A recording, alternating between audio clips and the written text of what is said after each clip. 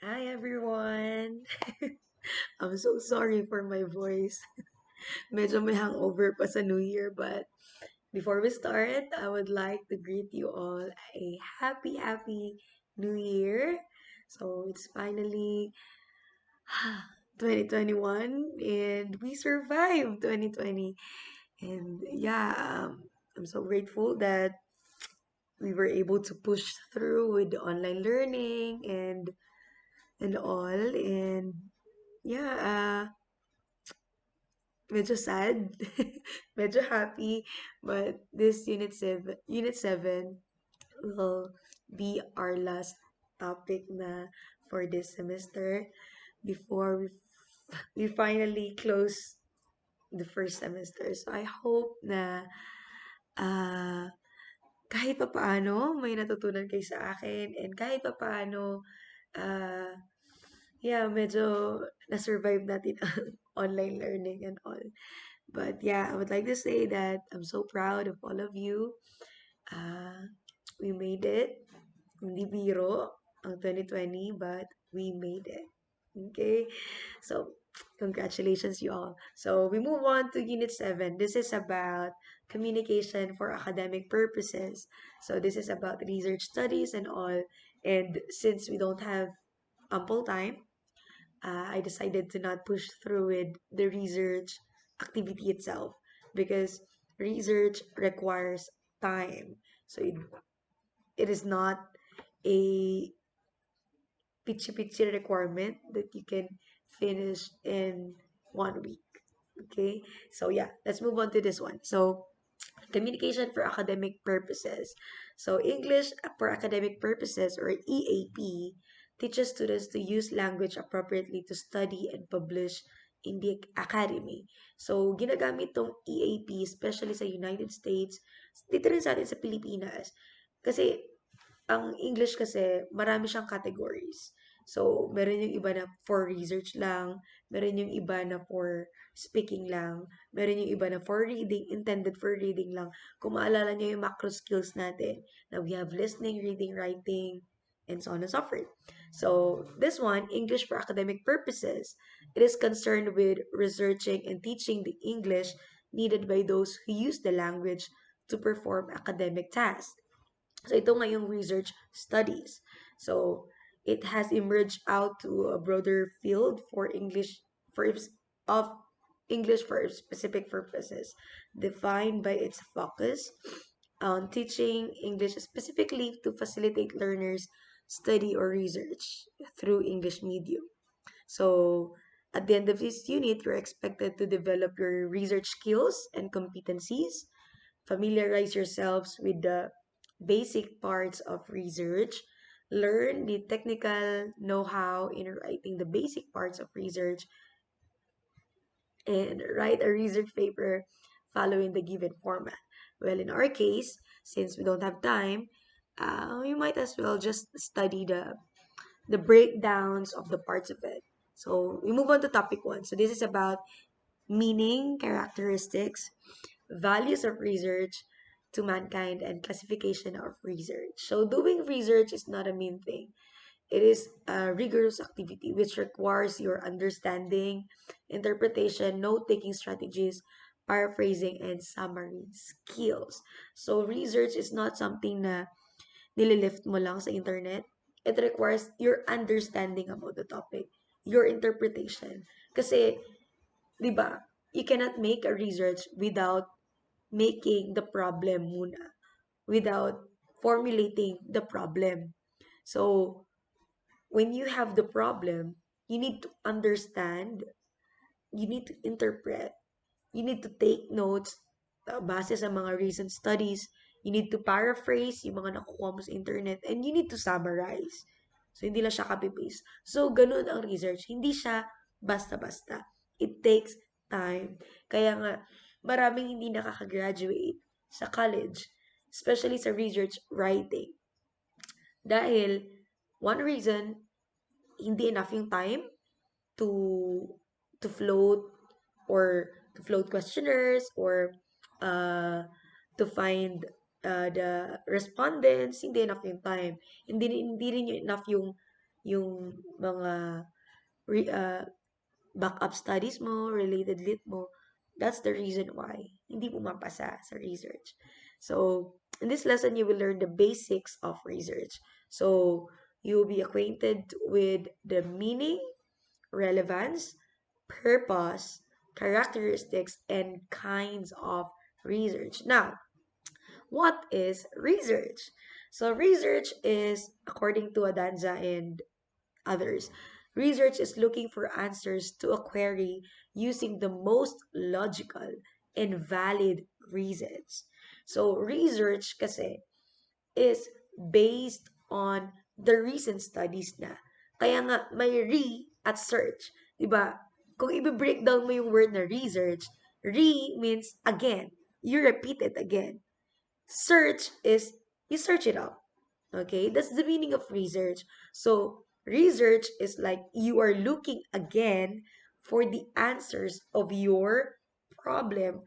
Kunwari, you are researching about uh, corruption, or let's say hunger in the Philippines.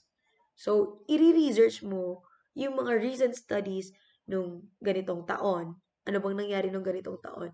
So, you can correlate it na it's either nag-improve ba ang Philippines or mas nag-worst. Parang ganun.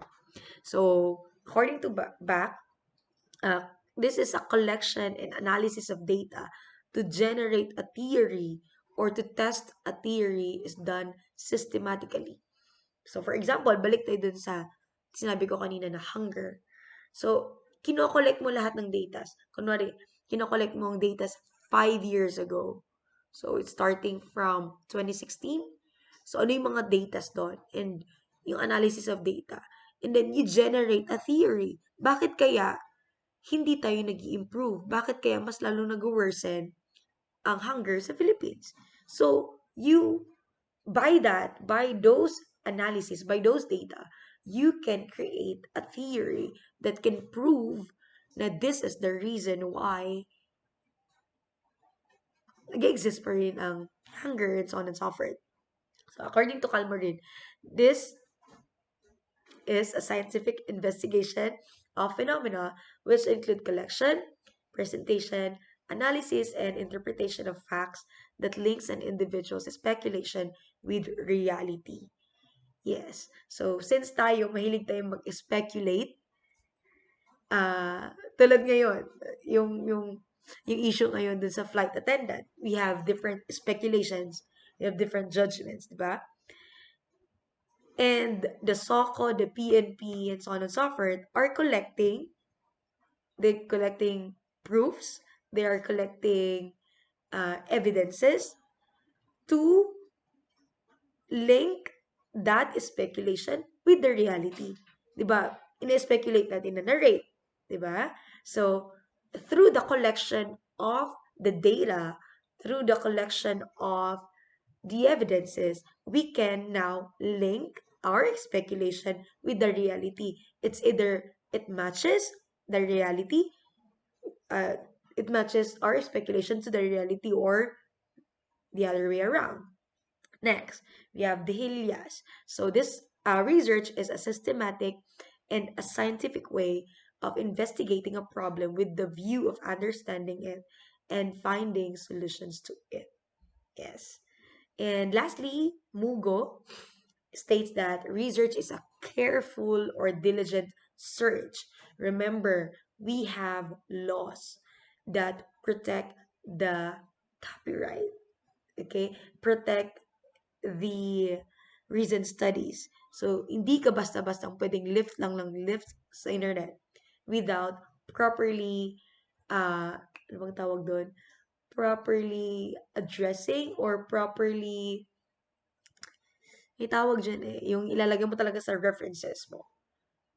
Yes, so hindi siya basta-basta. And sabi dito, studies, inquiry, or examination, especially investigation or experimentation aimed at discovery or interpretation of facts, revisions, or accepted theories, and laws, and so on and so forth. So let's move on to characteristics of research. So this is according to Calmarine 2007. So research has the following characteristics. Number one, empirical. So when we say empirical, this is a research based on direct experience or observation by the researcher. For example, uh, you are looking for you are studying the effects of smoking, cigarette smoking, to lungs. Okay? So, yung mga ginagamit na gamot for lung cancer, empirical yun kasi direct experience or direct observation ng researcher sa mismong patient. So, itong empirical, mostly ginagamit siya sa pharmaceutical researches. It involves yung observation, laboratory, and so on and so forth kasi sila talaga yung may direct experience dun sa patient. Unlike dun sa other researches na wala ka talagang direct experience. Ito talaga, direct na ino-observe nila, direct na-experience nila yung pag-get ng mga mga data. So, yun yung empirical research. Now, we move on to logical. Logical research is based on valid procedures and principles. So, this is based on the logical reasoning. So, it involves both inductive and deductive. So, ewan ko kung narinig nyo na yan. Ang inductive means from a specific to a broader generalizations or theories. Inductive means, di ba, ito yung specific na problem, lung cancer. And, yun yung specific. Ano yung cause? Sabihin natin, specific cause is smoking. Primary cause. So, and then, inductive method is moving from the specific to a broader perspective. So, papalawakin mo yung teorya mo. Papalawakin mo yung mga data mo. So, that's the meaning of inductive. Now, deductive naman is from general to specific. So, for example, this is the theory. And ito yung broad na theory na nagsasabi na ang lung cancer is number one. Sabi, ano lang to, example lang. Number one na sakit sa Pilipinas. So, yun yung broad, So, from that broad data, i-simplify mo siya into the most specific reason why lung cancer exists in the Philippines. So, naintindihan nyo na? Next, we have cyclical. So, cyclical research is a cyclical process because it starts with a problem and ends with a problem. So, this one is an action research. So, it involves a process. So, may process siya. Sabi dito, it is a process of systematic inquiry that seeks to improve social issues affecting the lives of everyday people. It is cyclic in nature because the researcher and the group he is working with are researching some type of problem or issue and then working to fix or change it. So the process moves in a cyclic way or it is a continuous development. So this one is more on the social issues, 'di ba? Sa society, hindi na mamatay ang issues. So, cyclic is, sabi dito, is a continuous development. So, di ba, kunwari may issue, and then, nag-process na siya, and then may another issue na naman. So, most likely nangyayari yun sa social issues natin. Okay? So, wala siyang katapusan. Hindi siya a repetition, but a continuous problem that exists. For example, yung corruption nga or yung hunger sa Philippines, it is a continuous study. Di ba? Hindi na lang matapos-tapos. Kasi noong unang panahon, may studies na dyan. 10 years ago, 20 years ago. And up until now, may mga nag-i-study pa rin about corruption, about hunger. So, it is a process. Okay. Next, we have analytical. So this one, analytical research utilizes proven analytical procedures in gathering the data, whether historical, descriptive, experimental, or case study. So, analytical is the use of analysis to break a problem down into the elements necessary to solve it. So, may mga procedures in gathering the data para mas ma-breakdown mo yung mga problems. So, ginagamitan natin yan ng analytical research.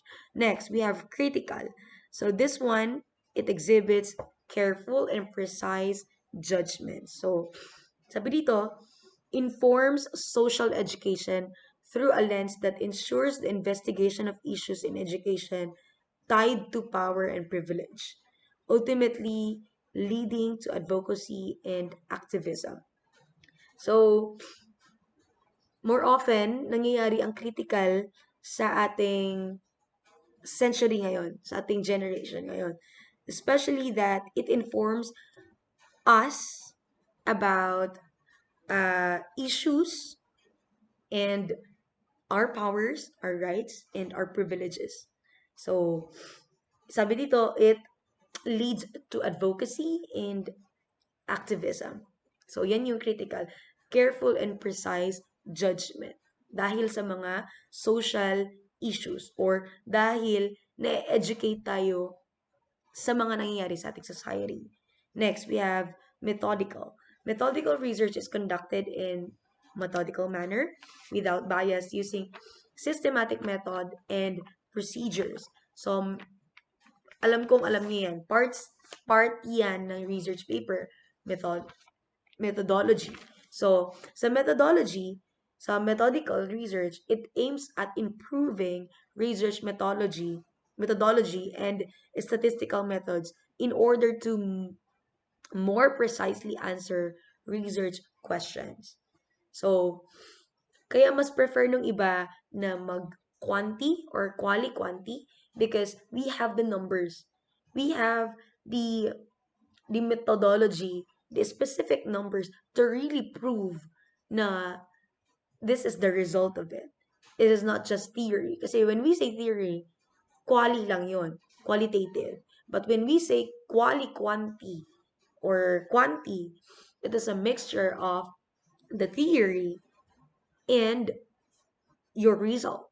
So, it's either in-accept niya yung theory mo or dinis-approve na yung theory mo. So, yun. Sana clear yun. And then, the last one is replicable. So, replicable is to replicate. Okay? The research design and procedures are replicated or repeated to enable the researcher to arrive at a valid and conclusive results. So, sabi dito, replicability keeps researchers honest and can give readers confidence in research. So, for example, yun nga, balik tayo dun sa lung cancer. Tapos, biglang may mababasa kang research na sabi, smoking or cigarette smoking is not the cause of lung cancer. So, magugulat ka ngayon kasi ang dami ng researches na nagpo-prove na cigarette smoking is that one of the topmost reasons why a person can have lung cancer. So, yun nga, nagkakaroon ng confidence si reader na maniwala dun sa mas maraming recent researches kesa dun sa bagong research na sinabi na hindi smoking ang dahilan bakit nagkakalang cancer. Diba? So, replicability, it is one way na maging honest ang researcher. Kasi meron na siyang basis eh. Okay? Mahirap mo nang, mahirap mo nang i-contradict yon. Especially if it gained lots of datas na. Okay, next. Moreover, other characteristics of research were stressed as follows. So, research originates with a question or a problem. So, you cannot create a research paper without a problem. So, ano ba yung relevant na problem in our society now? Diba? And then, kunwari injustice, and so on and so forth. Next, we have number 2. It requires a clear articulation of a goal. So, dapat clear yung goals mo kung ano ba ang gusto mong hanapin. It's either, one example of this is, ano bang gusto mong hanapin? For Philippines lang? Ano ba? For CSU lang? Ano ba yun? Ano ba yung tawag dito sa research na to? Yung, ano yung scope and delimitation mo sa studies mo? Okay? So, saan mo ba siya, ano ba yung lugar na gagamitin mo papag-aralan? Buong Pilipinas ba? Buong CSU ba? Or specific course lang ba? So, dapat clear yung goal mo. Okay? Clear yung pag-articulate mo ng goal when you are doing your research. Okay. Number three, it follows a specific plan of procedure. So, hindi siya basta-basta na gusto mo unahin to para matapos ka agad. It has a series of procedures. So, malalaman nyo yan when you make one. Okay? Next, research usually divides the principal problem into more manageable sub-problems. Okay? So, for example, ang problem, kunwari sa CSU, um, depression ng students, or anxieties, or suicidal thoughts. So, yun yung principal problem natin. And i-divide mo yun into a manageable sub-problems. What is the reason of the emotional and stability of the students? Bakit nagkakaroon ng ganon? So, magkakaroon ka ngayon ng sub-problems. Okay? That is one way of making your research. Next, research is guided by a specific research problem, question, and hypothesis.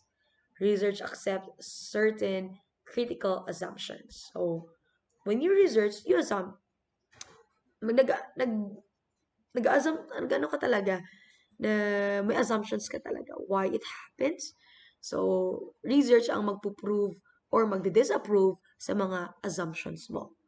Next, research requires the collection and interpretation of data in attempting to resolve the problem that initiated the research. Okay. Next, values of our research to man. So, research is said to affect people's lives and endeavor. So, Calmarine listed the following values of research to man. So, number one, research improves quality of life. And it's very true because without researches in our previous mga researchers noon, we wouldn't have the life that we are experiencing right now. Diba? If they didn't research on certain medicines, if they didn't research on the behaviors of people, ano pa ba yung mga researches? If they didn't research on the data na kailangan kapag yung ano yung sa school kunwari, 'di ba ngayon mas nasi-simplify na ngayon, especially sa amin. Gawin ko na example yung sa amin sa AB English. Nung panahon ko, napakarami naming subjects na hindi talaga very relevant sa aming course. But right now, pag nag-college na kayo, since na-take up nyo na sa senior high, may mga subjects na hindi na inuulit. So, ayun, yun yung nangyari. Nag-merge na. That is through research. Dahil maraming nag-research before na itong subject na to ay hindi na kailangan for college. 'Di ba? Kaya nga meron iba na tinanggal na talaga yung Filipino subject dahil na-take up na sa senior high. So, yun yung aftermath ng research. So, it improves the quality of our life kasi it helps us adjust. Okay? It helps us adjust to the trends. It helps us adjust to what is easier for us. Next, we have number two, research improves instruction. This is very true. Instruction means education. Okay? Hindi instructions na write A or B. Hindi ganun na. Instruction means education. So, research really improves instruction. Tulad ng sinabi ko kanina, without researches, yung level of education natin, same pa rin sa noon. Okay? So, since ngayon, napakaraming researches na, alam na ng CHED, alam na nung mga education specialist natin, mga nakakataas, kung paano mag-adjust. Especially, gawin ko yung example, yung thesis ko. Yung thesis ko is about, nung college, it is about the grammar, grammar, kalimutan ko na yung thesis ko. Grammar, basta English. Ayun, error analysis on the written compositions of English majors. So, matitrace doon lahat ng English majors ng CSU.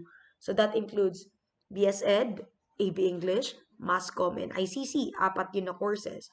So, tinrace ko yung mga errors nila sa kanilang paragraphs. So, dun mo makikita if saan na course among those 4 courses ang kailangan pang mag-improve when it comes to grammar, when it comes to syntax, and morphology, mga ganun, sa terminologies namin. So, makikita doon, makikita nung CHED, makikita nung mga gumagawa ng syllabus kung paano mag-a-adjust. So, kunwari, ang lumabas sa result ko ay ang AB English, kahit AB English na, very poor pa rin sa grammar. So, there is something wrong with the subjects taught, the teachers, or the student themselves. So, ganun yun. So, yun nga. Number 2, research improves instruction. It improves our education. Next, we have number 3. Research improves students' achievement. Medyo napapiyawan ko na yan kanina. It improves teachers' competence. So, di ba, pag wide reader ng isang teacher and she reads a lot of researches, marami siyang masashare sa students niya. This is one reason, for example, balik tayo dun sa mental health. So, pag marami siya nabasa ng researches about mental health, alam niyang mag-adjust. Iba yung level ng competence niya on how to adjust to the students. That is because of the research that he or she read. Okay? So, it affects. It helps us adjust to your needs. So, that is because of the research again. Next, number 5, it satisfies man's needs. Next, it reduces the burden of work. Next, improves the exportation of food products. And then responds to the economic recovery and austerity measure of the country. And the last one, it trains graduates to become responsive to the economic development of the country and compete globally. So, makikita nyo dyan, it is really important. Kaya last part na yan eh. Before you graduate, kailangan talagang meron kang research paper or thesis. Next, we have kinds of research. So, there are 3 kinds of research according to Adansa. So, we have basic research, applied, and empirical. So, when we say basic, it deals with the processes of objects and things or information about different topics with no concern for either like payoff. Applied probes into the unknown using directly the results to a current problem. And then empirical, this is a more specific than the basic research, but implies its nature from the use of data whether it's quantitative or qualitative. Next, we have classification of research. So research can be classified as follows. We have evaluation. So evaluation, this is concerned with the application of theories and facts in evaluating the relative worth of 2 or more possible alternatives or decisions. We have research and development. So this research is concerned with the application of existing theories or body of knowledge in developing new products, systems, or procedures. Next, we have action research. This is concerned with the application of existing theories in conceptualization of a possible alternative solution to an existing problem situation. Library research conducted in the library. So data needed to solve the research problems are available in the library, especially if it is quali or theory based. We have field study. So this is conducted in a natural setting. So we have sa field study may direct experience ka sa respondents mo. And the last one is laboratory research. Research is conducted in an artificial or controlled conditions by isolating the studies or kinokontrol mo yung group kung kanino mo lang i-run yung test. So, that's the end of our topic 1. So, yeah. So, ganun si research. Hindi siya basta-basta. So, I hope na may natutunan kayo and I'll see you sa topic 2.